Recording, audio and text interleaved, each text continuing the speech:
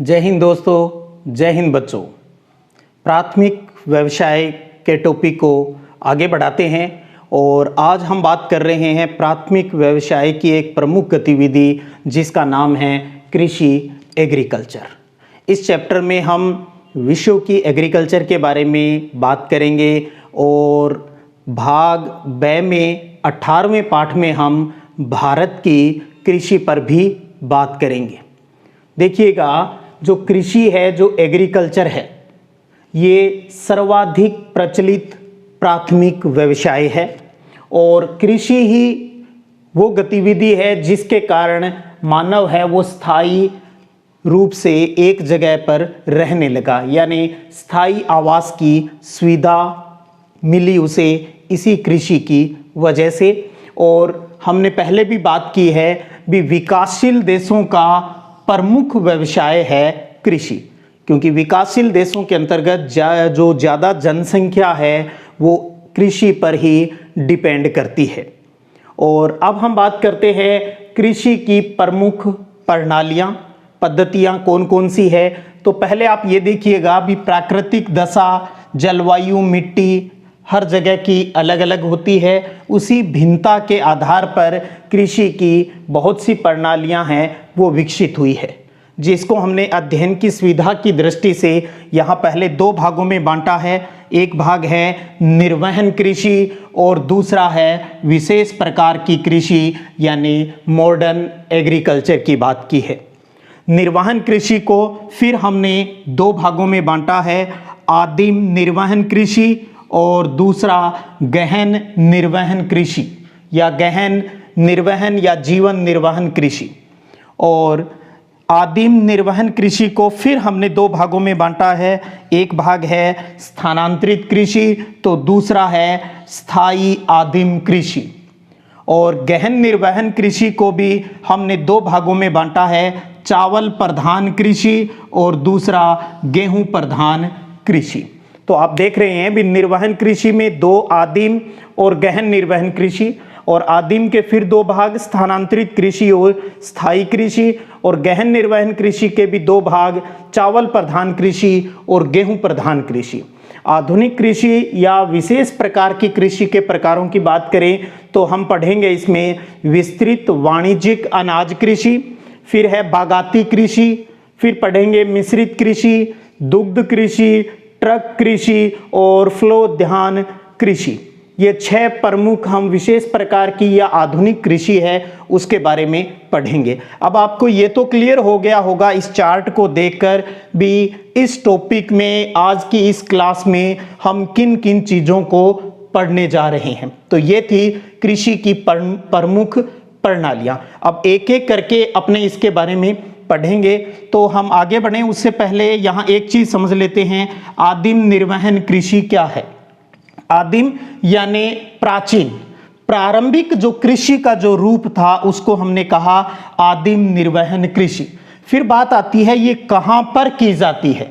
ये कृषि की जाती है उष्ण आर्द्र कटिबंधीय जो क्षेत्र है, उष्ण आर्द्र कटिबंधीय क्षेत्रों में की जाती है। और इसमें है प्रमुखतः दक्षिणी अमेरिका का जो अमेजन नदी बेसिन है वहां पर होती है।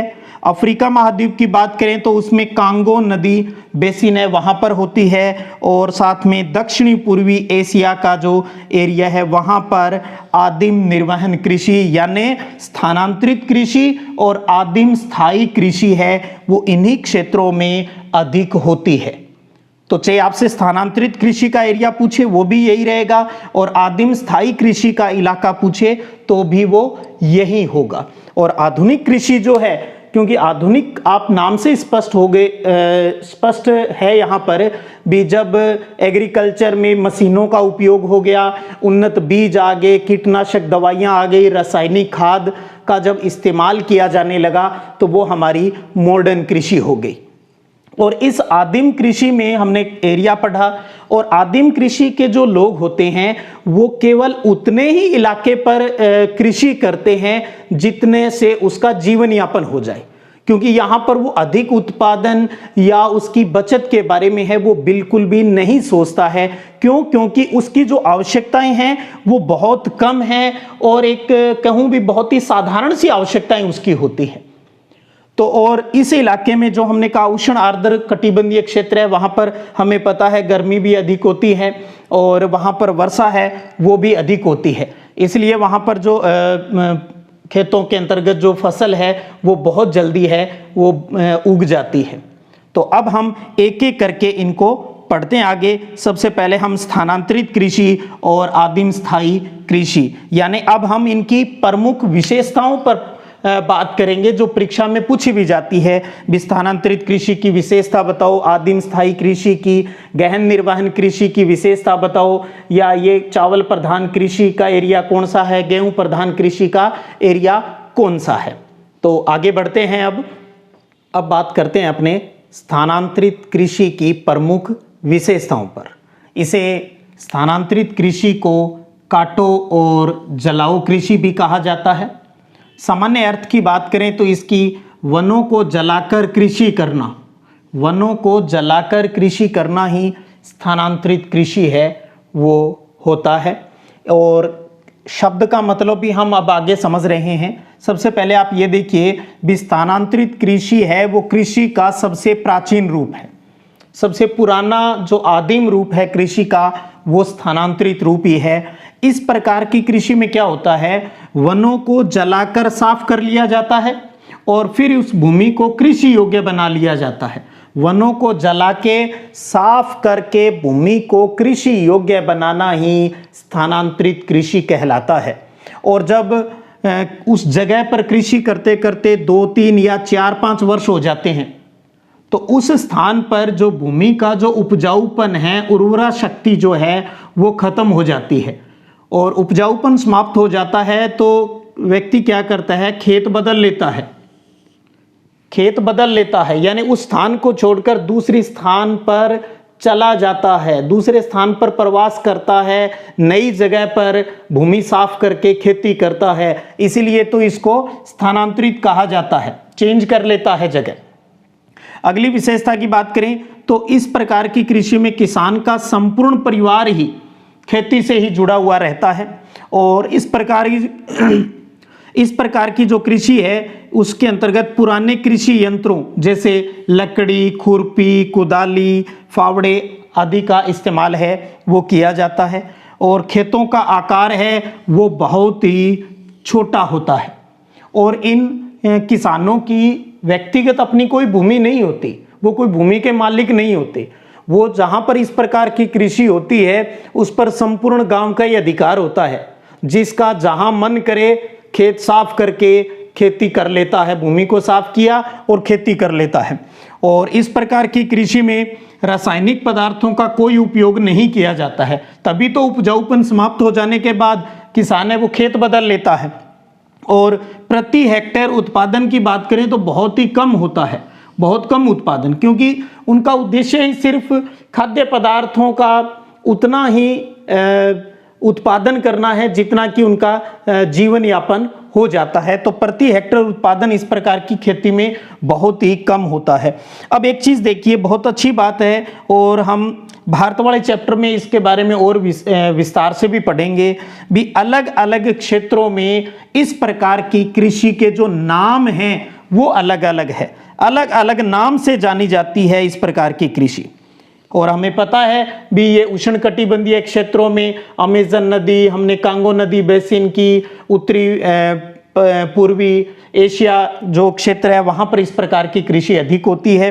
तो भारत में जो इस प्रकार की कृषि जो मुख्यतः पूर्वोत्तर क्षेत्रों में, आदिवासी क्षेत्रों में होती है वो झूमिंग कृषि, पैडा कृषि और दीपा कृषि के नाम से जानी जाती है। और उसी प्रकार मध्य अमेरिका और मेक्सिको की बात करें, मध्य अमेरिका और मेक्सिको की, तो वहाँ पर इस प्रकार की जो कृषि है वो मिल्पा कृषि के नाम से जानी जाती है। मलेशिया और इंडोनेशिया क्षेत्र की बात करें तो यहाँ पर ये लदांग नाम से जानी जाती है। ठीक है। वियतनाम की बात करें, वियतनाम देश में इस प्रकार की जो कृषि है वो रे के नाम से जानी जाती है। तो भारत में झूमिंग, पैडा, दीपा कृषि, मध्य अमेरिका और मैक्सिको में मिल्पा नाम से, मलेशिया इंडोनेशिया में लदांग नाम से, वियतनाम में ये रे नाम से जानी जाती है। तो अलग अलग क्षेत्रों में स्थानांतरित कृषि के नाम हैं वो अलग अलग होते हैं। तो ये थी स्थानांतरित कृषि की प्रमुख विशेषताएं। अब बात करते हैं हम स्थायी आदिम कृषि की प्रमुख विशेषताओं पर। सबसे पहले तो ये देखते हैं भी स्थायी कृषि किसे कहते हैं हम। देखिएगा, स्टार्टिंग रूप तो क्या है, स्थानांतरित है।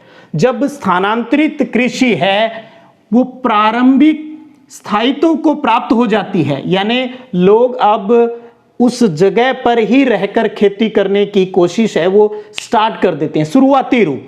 तो स्थानांतरित कृषि को जब प्रारंभिक स्थायित्व प्राप्त हो जाता है इसी कृषि को, तब उसे स्थायी कृषि कहा जाता है। और अब भी इसका नाम स्थायी आदिम कृषि ही कहलाता है। और ये कब होती है, जब भूमि पर जनसंख्या का दबाव है वो अधिक हो जाता है, पॉपुलेशन उस परिवार की, उस एरिया की ज्यादा हो जाती है, तभी उन्हें स्थायी कृषि की तरफ बढ़ना पड़ता है। और इसमें खेत को साफ कर लिया जाता है और जुताई है वो ढंग से की जाती है, जुताई ढंग से की जाती है। और उसमें जो भी जल उपलब्ध होता है, अतिरिक्त जो जल उनके पास है, उससे वो अपने खेतों की सिंचाई भी करते हैं। तो उपलब्ध जल से सिंचाई है वो यहाँ पर की जाती है। और आदिम जो स्थायी कृषि है इसमें कृषि के साथ साथ पशुपालन भी किया जाता है, यानी पशुओं को भी किसान है वो पालता है और उन पशुओं का दूध, मांस, उनका इस्तेमाल के साथ साथ उनका प्रयोग वो खेत की जुताई और परिवहन में भी करता है।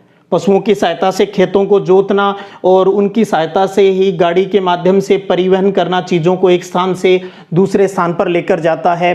और भूमि के उपजाऊपन को बढ़ाने के लिए वो पशुओं की खाद यानी गोबर खाद का इस्तेमाल है वो करता है, जबकि यहाँ इस प्रकार की कृषि में वो नहीं करता था। और प्रति हेक्टेयर उत्पादन हमने यहाँ कहा स्थानांतरित में बहुत ही कम होता है, जबकि यहाँ हम कह सकते हैं भी स्थानांतरित से कुछ अधिक होता है। तो प्रति हेक्टेयर उत्पादन में कुछ वृद्धि हो जाती है। एरिया की बात करें भी, स्थायी आदिम कृषि कहाँ होती है, तो उत्तर पश्चिमी भारत में, मलेशिया में, इंडोनेशिया में और मध्य इंडीज के जो देश है वहां पर स्थायी आदिम कृषि की जाती है। मोटी मोटी बात तो हमने यही पहले ही कह दी भी, उष्ण कटिबंधीय क्षेत्रों में जो अमेजन नदी बेसिन, कांगो नदी बेसिन और उत्तरी पूर्वी जो एशिया जो क्षेत्र है वहां पर स्थानांतरित कृषि और स्थायी आदिम कृषि है वो की जाती है।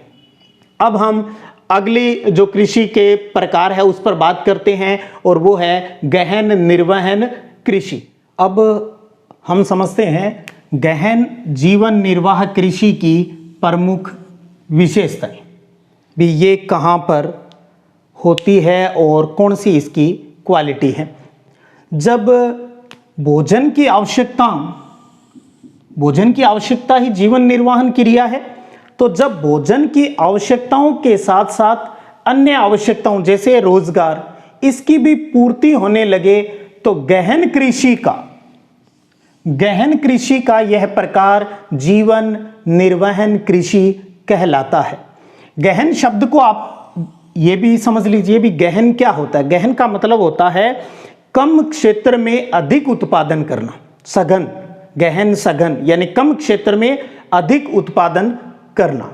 और ये भी कृषि का एक स्थायी रूप है। इससे पहले हमने कृषि का प्रारंभिक स्थायी रूप पढ़ा और ये कृषि का स्थायी रूप होता है, यानी आधुनिक कृषि यहाँ से प्रारंभ हो जाती है। और हमने कहा भी गहन में अपने आप ही आ गया, जब जनसंख्या का दबाव अधिक होता है कृषि भूमि पर तभी होता है। तो यानी जनसंख्या दबाव से कृषि भूमि का गहनतम उपयोग होता है और एक वर्ष में 2 या 3 फसलें हैं वो इसमें ली जाती है। खेत बहुत ही छोटे आकार के होते हैं और बिखरे हुए होते हैं। छोटा आकार है और बिखरे हुए, एक जगह ही बड़ी भूमि कृषि के लिए उपलब्ध नहीं होती है। और परिवार के सदस्य तो काम करते ही करते हैं, मजदूर भी काम करते हैं, यानी मानवीय श्रम के साथ साथ ये कृषि यंत्रों का यानी टेक्नोलॉजी का प्रयोग प्रारंभ हो जाता है। कृषि यंत्रों का इसमें प्रयोग होता है और इस प्रकार की कृषि में उन्नत बीजों, रासायनिक उर्वरकों, कीटनाशकों का प्रयोग भी होने लगा है, जिससे उत्पादन बढ़ा है, प्रोडक्शन बढ़ रहा है इससे। और सिंचाई सुविधाओं का विस्तार हुआ है, सिंचाई और अच्छे तरीके से होने लगी है और साथ में ही ये फसल चक्र को अपनाते हैं। फसल चक्र मतलब फसल को बदल बदल कर बोना, एक ही फसल को लगातार नहीं बोकर ये फसल चक्र को भी अपनाते हैं। इस प्रकार की कृषि के प्रमुख एरिया की अगर हम बात करें तो नील नदी का जो बेसिन है वहां पर, और मानसून एशिया, मानसूनी जलवायु जहां पर होती है, मानसून एशिया के घने बसे क्षेत्रों में गहन जीवन निर्वाह कृषि है वो अधिक होती है। तो ये तो था गहन जीवन निर्वाह कृषि की प्रमुख विशेषताएं। अब देखते हैं भी इसके प्रकार। ये दो प्रकार की होती है, चावल प्रधान निर्वहन कृषि और गेहूं प्रधान निर्वहन कृषि। नाम से स्पष्ट है, इसमें चावल अधिक होता है और इसमें गेहूं का प्रोडक्शन है वो अधिक होता है, यानी गेहूं ज्यादा बोई जाती है। अब ये बात होती है भी ये कहां पर होती है, जिस इलाके में अधिक वर्षा होती है, यानी 100 सेंटीमीटर से अधिक वर्षा वाला जो एरिया है वहां पर चावल प्रधान कृषि होती है, और 100 सेंटीमीटर से कम वर्षा वाला जो इलाका है वहां पर गेहूं मुख्य फसल के रूप में बोई जाती है। विश्व में क्षेत्र की बात करें तो कहां पर होती है चावल प्रधान कृषि, तो दक्षिणी मध्य चीन, Bangladesh, Myanmar, Indonesia, Cambodia, Thailand और भारत में इस प्रकार की जो कृषि है वो की जाती है। और साथ में हम भारत, क्योंकि 18वां पार्ट जब हम पढ़ेंगे तो वहां पर यही बात दोबारा आएगी भी चावल प्रधान कृषि है वो भारत के किस इलाके में होती है, तो मैं चाहता हूं वो भी हम यही याद कर लें। तो भारत की बात करें तो पश्चिम बंगाल, बिहार, पूर्वी यूपी, उत्तर प्रदेश, पूर्वी उत्तर प्रदेश, पूर्वी एमपी यानी पूर्वी मध्य प्रदेश और तटीय मैदानी जो क्षेत्र है भारत के, वहां पर चावल प्रधान कृषि अधिक होती है क्योंकि बारिश अधिक होती है वहां पर। अब बात करें गेहूं प्रधान की, तो इलाका है विश्व में कौन कौन सा, उत्तरी चीन, नॉर्थ जो चाइना है वहां पर, कोरिया, उत्तरी कोरिया, दक्षिणी कोरिया वहां पर, पाकिस्तान, और उत्तरी मध्य और पश्चिमी भारत, इसमें गेहूं प्रधान कृषि होती है क्योंकि बारिश है वो कम होती है यहां पर। अब वही भारत के राज्यों की बात कर लें भी, भारत के किन राज्यों के कौन से क्षेत्र में ये कृषि अधिक होती है, तो पंजाब, हरियाणा, पश्चिमी यूपी, उत्तर प्रदेश, पश्चिमी मध्य प्रदेश यानी एमपी, राजस्थान और प्रायद्वीपीय पठार के जो पश्चिमी भाग का जो इलाका है वहां पर गेहूं प्रधान कृषि है वो अधिक होती है। अब हम इन विभिन्न देशों की मानचित्र पर लोकेशन पहले भी कर चुके हैं, तो उसके आधार पर अगर आप गौर करेंगे तो बहुत ही इजीली से याद हो जाएंगे। तो यानी यहाँ किन देशों का उल्लेख हो रहा है, चीन। अगर ये पूरा जो आपका व्हाइट बोर्ड है, अगर विश्व मानचित्र है तो, और यहाँ पर अगर अपना भारत है तो आप देखेंगे भारत ऊपर चाइना है और बांग्लादेश आ गया, म्यांमार हो गया। तो ये जो इलाका है इस इलाके में चावल प्रधान कृषि है वो अधिक होती है, और चाइना का ऊपर वाला इलाका, पाकिस्तान और कोरिया वाला जो इलाका है यहाँ पर गेहूं प्रधान कृषि है वो अधिक होती है। तो आप समझ गए होंगे भी गहन जीवन निर्वाह कृषि की प्रमुख विशेषताएं क्या है और इसके प्रकार क्या है। तो इस प्रकार आज की इस वीडियो क्लास में हमने निर्वहन कृषि के बारे में अच्छे से अध्ययन कर लिया है। हमने पाठ के शुरू में ही ये चीज कर ली भी निर्वहन कृषि के दो प्रकार थे, आदिम निर्वहन कृषि और गहन निर्वहन कृषि। तो आदिम में हम स्थानांतरित कृषि और स्थायी कृषि पर बात कर चुके हैं, और गहन जीवन निर्वाह कृषि में हम चावल प्रधान कृषि और गेहूं प्रधान कृषि पर बात कर चुके हैं। अगली वीडियो क्लास में हम आधुनिक कृषि के जो विभिन्न प्रकार है उस पर बात करेंगे। तब तक पढ़ते रहिएगा, बढ़ते रहिएगा। जय हिंद, जय भारत।